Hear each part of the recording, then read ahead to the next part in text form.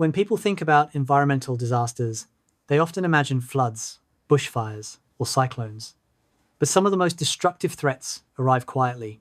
No warning, no sound, just tiny holes in tree trunks and a slow collapse of the environments we rely on. One of the most serious examples of this in Western Australia is the invasion of the polyphagous shot-hole borer, or PSHP. A beetle no bigger than a sesame seed that has already changed Perth's urban landscape and now threatens ecosystems across the state and potentially the entire country. The polyphagous shot-hole borer, scientifically known as Eualacia fornicatus, is a tiny beetle native to Southeast Asia. On its own, the beetle isn't the main problem. The real danger comes from the fungus it carries. When a female beetle bores into a tree, she releases fungal spores into the tree's vascular system, the tissues responsible for transporting water and nutrients. The fungus grows inside the tree, blocking these pathways. Over time, the tree slowly starves and dies from the inside out. What makes PSHP especially dangerous is that it is polyphagous, meaning it feeds on many different species. Over 400 tree species worldwide are known hosts, including maples, plane trees, figs, avocados, oaks, and even some Australian native species. This means the beetle doesn't just threaten one ecosystem, it threatens many. PSHP was first officially detected in August 2021 inches, a backyard in East Fremantle. 2 maple trees were found with strange holes and dieback. After testing, authorities confirmed the presence of the polyphagous shot-hole borer, marking the first known detection in Australia. But by the time the beetle was found, experts believe it had already been present for 2 to 4 years. The most likely way it entered the country was through untreated wood packaging, like shipping pallets and crates from overseas. Because PSHP can survive deep inside timber, it can travel long distances without detection. That single backyard detection quickly became ground zero for one of Australia's most serious biosecurity threats. After its discovery, the beetle began spreading through surrounding suburbs at an alarming rate. Quarantine zones were established across Fremantle and nearby areas, restricting the movement of wood, mulch, firewood, and green waste. Despite these efforts, the beetle continued to spread.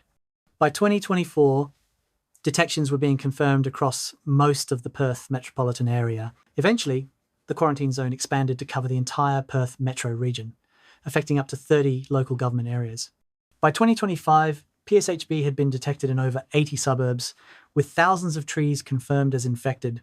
High-profile public spaces such as Hyde Park and Kings Park have lost large sections of their mature tree canopy, not from drought or storms, but from a beetle most people never even see. In the early years, the goal was eradication. Infested trees were cut down, chipped, burned, and buried. Surveillance teams worked constantly, checking thousands of trees and installing traps across the city. Strict quarantine rules were enforced. But by 2025, authorities officially announced that eradication was no longer possible. The beetle was too widespread and too deeply established in Perth's urban forest. The strategy has now shifted to long-term management, which focuses on slowing further spread, protecting high-value trees and forests, supporting landowners and councils, replanting lost canopy, and investing in treatment research. This means that PSHP is no longer just a short-term emergency, it is now a permanent environmental challenge. At first glance, losing trees might seem like an aesthetic issue, less shade, fewer leafy streets. But the impact goes much deeper. Perth's urban canopy lowers street temperatures by several degrees during heat waves, reduces air pollution, provides habitat for birds and insects, improves mental health, and increases property and community value. When trees disappear, urban heat increases, energy use goes up, wildlife declines, and neighbourhoods become less livable. Thousands of trees have already been removed and many more are expected to follow. To help recover, the WA Tree Recovery Program aims to replace every lost tree with 3 new ones. But even with intense replanting, replacement trees will take decades to match the size and environmental value of the mature canopy being lost today. So far, PSHP has only been confirmed in the Perth metropolitan area. But this does not mean it will stay there. Western Australia's southwest region is a global biodiversity hotspot, home to unique forests dominated by jarrah, marri, tuart, and banksia species. Some of these trees are confirmed or suspected hosts. If PSHP establishes itself in these forests, the damage could be ecologically devastating and irreversible. there is also a serious national threat. Eastern states such as New South Wales and Victoria contain massive populations of heritage figs and plane trees, both highly susceptible to PSHP. If the beetle is transported across the country through infested wood or firewood, the environmental and economic consequences could be enormous. What started in one backyard in Fremantle is now a national biosecurity risk. Interestingly, PSHP is a poor natural flyer.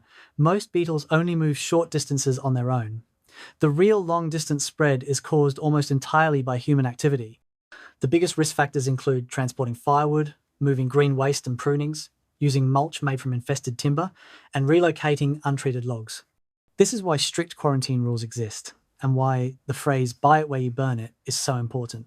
Every time infested wood is moved, PSHP gets a free ride to a new location. Although the beetle is tiny, the signs of infestation are quite distinctive. These include small, perfectly round holes in the bark, about the size of a pen tip, fine sawdust or toothpaste-like frass pushed out of holes, sap or gum leaking from entry points, dark staining under the bark, and progressive canopy dieback, usually starting at the top.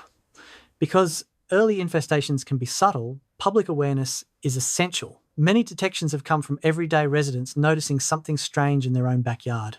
The Western Australian Government, through biosecurity agencies and local councils, continues to lead the response. Current actions include maintaining strict quarantine zones across Perth, ongoing surveillance and trapping programs, training arborists in safe removal and disposal techniques, funding research into chemical treatments and traps, and supporting large-scale replanting efforts. At the federal level, PSHP is now listed as a priority environmental pest, ensuring long-term national coordination and funding. Despite the scale of this problem, individual actions still matter greatly. Western Australians are asked to never move firewood or green waste out of quarantine zones, inspect backyard and street trees regularly, report suspect trees immediately using official reporting services, use only approved mulch suppliers, and support replanting programs with resilient, diverse species. PSHP spreads silently, but early reporting and responsible behaviour can slow it down. The polyphagous shothole borer is a reminder that not all disasters arrive with flames or floods. Some arrive quietly, boring into the foundation of our ecosystems one tree at a time.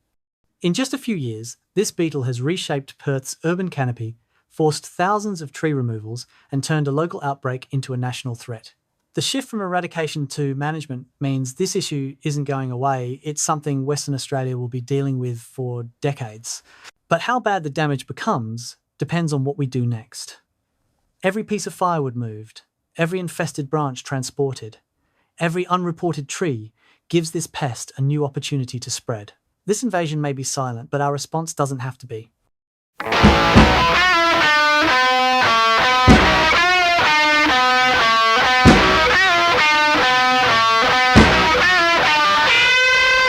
Timothy soon's arriving into your town. Him and then I'll put you down. Timothy soon's are from the devil, they're sent. But Timothy's terrible too. Timothy soon's got to be coming down fast. Timothy soon's are making Timothy